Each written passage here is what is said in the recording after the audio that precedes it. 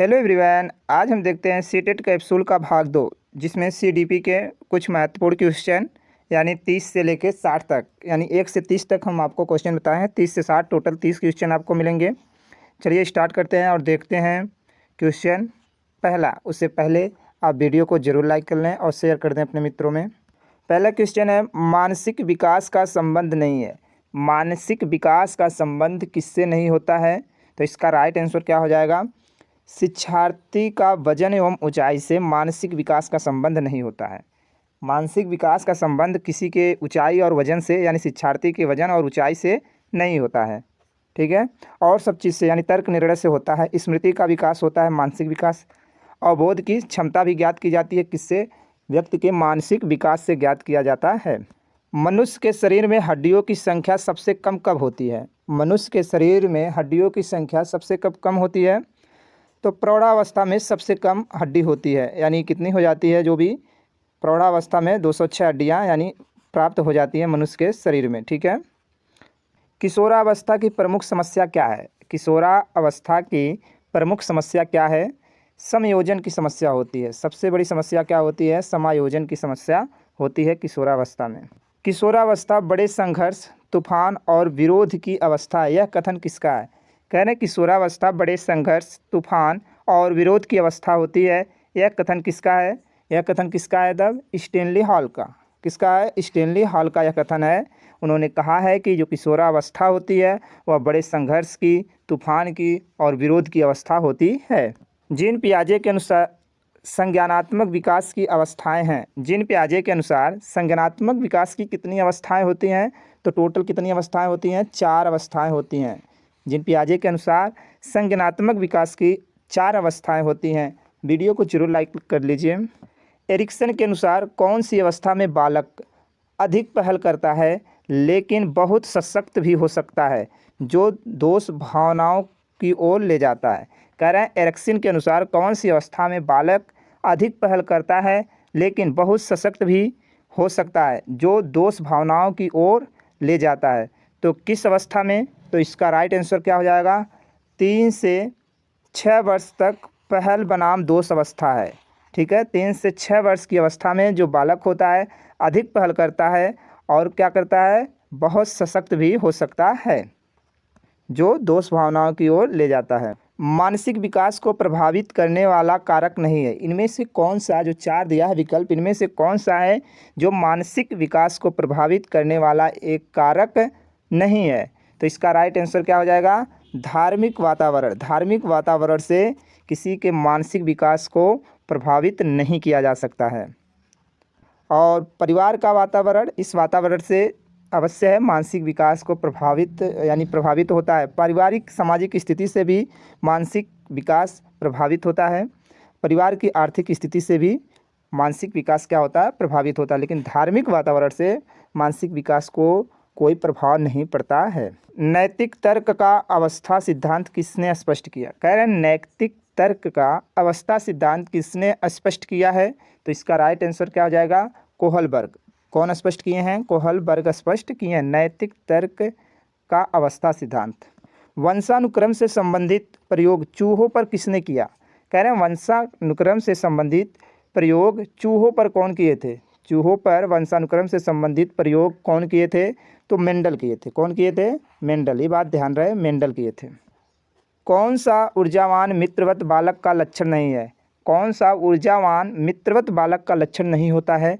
तो इसका राइट क्या होता है आंसर? ऑप्शन नंबर सी, आसानी से चिढ़ने वाला बालक। जो आसानी से बालक चिढ़ जाता है वह मित्रवत बालक का लक्षण नहीं होता है। यानी कि जो बालक खुशमिजाज होता है वह ऊर्जावान और मित्रवत बालक होता है। सामाजिक बालक भी ऊर्जावान और मित्रवत होता है। ऊर्जा का उच्च स्तर, जिसके अंदर ऊर्जा का उच्च स्तर होता है, वो भी बालक कैसा होता है? मित्रवत बालक होता है। लेकिन जो बालक आसानी से चिढ़ने वाले होते हैं वह मित्रवत बालक नहीं होते हैं। किशोरावस्था प्रारंभ होती है। किशोरावस्था कब से प्रारंभ होती है? तो इसका राइट आंसर क्या हो जाएगा? 12 वर्ष की आयु से। कब से? 12 वर्ष की आयु से किशोरावस्था क्या होती है? प्रारंभ होती है। पूर्णतः का प्रकारशील व्यक्ति का संप्रत्यय किसने दिया? कह रहे हैं पूर्णतः प्रकारशील व्यक्ति का संप्रत्यय किसने दिया है? तो इसका राइट आंसर क्या हो जाएगा आपका? Carl Rogers. कौन दिए हैं? कार्ल रोजर्स पूर्णतः प्रकारशील व्यक्ति का संप्रत्यय दिए हैं। निम्न में से किसने बच्चों में वस्तु स्थायित्व के विकास को समझने में सहायता की है? निम्न में से किसने बच्चों में वस्तु स्थायित्व के विकास को समझने में सहायता की है? तो कौन किए हैं? तो पियाजे किए हैं। कौन किए हैं? पियाजे किए हैं। सूर्य बच्चे के साथ कह रहे हैं, सूर्य बच्चे के साथ चलता है, उसके मुड़ने का अनुकरण करता है और बच्चे की बात सुनता है। यह कथन बालक की किस लक्षण की ओर इंगित करता है? कह रहे हैं सूर्य बच्चे के साथ साथ चलता है, उसके मुड़ने का अनुकरण करता है और बच्चे की बात सुनता है। यह कथन बालक की किस लक्षण की ओर इंगित करता है? तो इसका राइट आंसर क्या हो जाएगा? सजीव चिंतन की ओर। किसकी ओर? सजीव चिंतन की ओर इंगित करता है। किसने यह दावा किया कि सभी भाषाओं में होने वाले कुछ सार्वभौमिक गुण जन्मजात होते हैं? किसने यह दावा किया है कि सभी भाषाओं में होने वाले कुछ सार्वभौमिक गुण जन्मजात होते हैं? तो कौन ये दावा किए हैं? तो इसका नाम हो जाएगा आपका नॉम चॉम्स्की। कौन? नॉम चॉम्स्की यह दावा किए हैं। फ्रायड के अनुसार निम्न में से कौन सी विकास अवस्था में बच्चों का ध्यान जननांगों की तरफ जाता है? फ्रायड के अनुसार निम्न में से कौन सी विकास अवस्था में बच्चे का ध्यान जननांगों की तरफ जाता है? तो इसका राइट आंसर क्या हो जाएगा? लैंगिक विकास अवस्था में। ठीक है, लैंगिक विकास अवस्था में। निम्न में से कौन सा बच्चों हेतु वेस्लर बुद्धि मापनी की एक निष्पादन मापनी है? कह रहे हैं निम्न में से कौन सा बच्चों हेतु वेस्लर बुद्धि मापनी की एक निष्पादन मापनी है? तो इसका राइट आंसर क्या हो जाएगा? चित्रपूर्ति। क्या है? चित्रपूर्ति है। बाल मनोवैज्ञानिक का सिद्धांत प्रारंभ के 4 से 5 वर्षों के अनुभव पर आधारित होता है।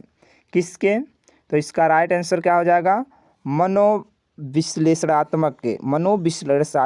बाल मनोवैज्ञानिक का मनोविश्लेषणात्मक सिद्धांत प्रारंभ के 4-5 वर्षों के अनुभव पर आधारित होता है।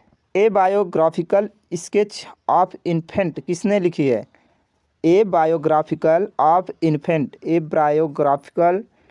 स्केच ऑफ इन्फेंट किसने लिखी है? तो यह कौन लिखे हैं? तो इसका राइट आंसर क्या हो जाएगा आपका? डार्विन। ये कौन लिखे हैं? डार्विन लिखे हैं। मानकीकृत परीक्षण का अर्थ क्या होता है? मानकीकृत परीक्षण का अर्थ क्या होता है? तो इसका राइट आंसर आपका क्या हो जाएगा? विश्वसनीयता, वैधता, मानक, यानी उपरोक्त सभी तीनों होता है मानकी परीक्षण का अर्थ। किस मनोवैज्ञानिक के अनुसार विकास एक सतत और धीमी प्रक्रिया है? किस मनोवैज्ञानिक के अनुसार विकास एक सतत और धीमी प्रक्रिया है? तो स्किनर के अनुसार। किसके अनुसार? स्किनर के अनुसार।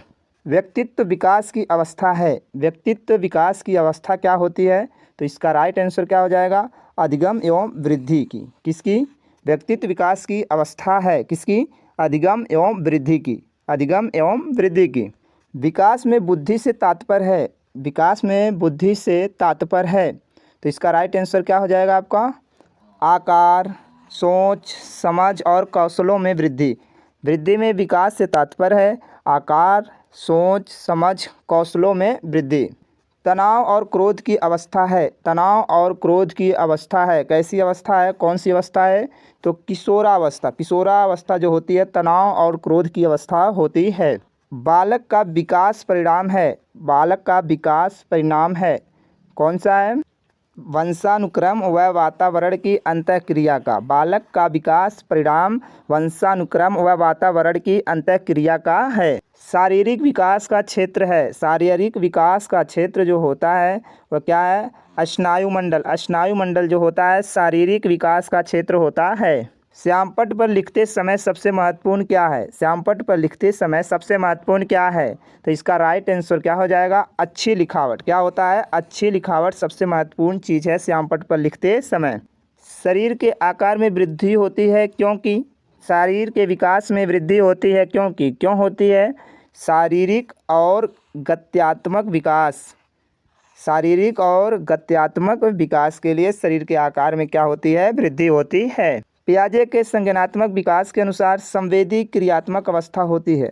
पियाजे के संज्ञानात्मक विकास के अनुसार संवेदी क्रियात्मक अवस्था क्या होती है? तो इसका राइट आंसर हो जाएगा जन्म से 2 वर्ष तक। कब तक होती है? जन्म से 2 वर्ष तक होती है। पियाजे के संज्ञानात्मक विकास के अनुसार संवेदी क्रियात्मक जो अवस्था होती है वह जन्म से 2 वर्ष तक होती है।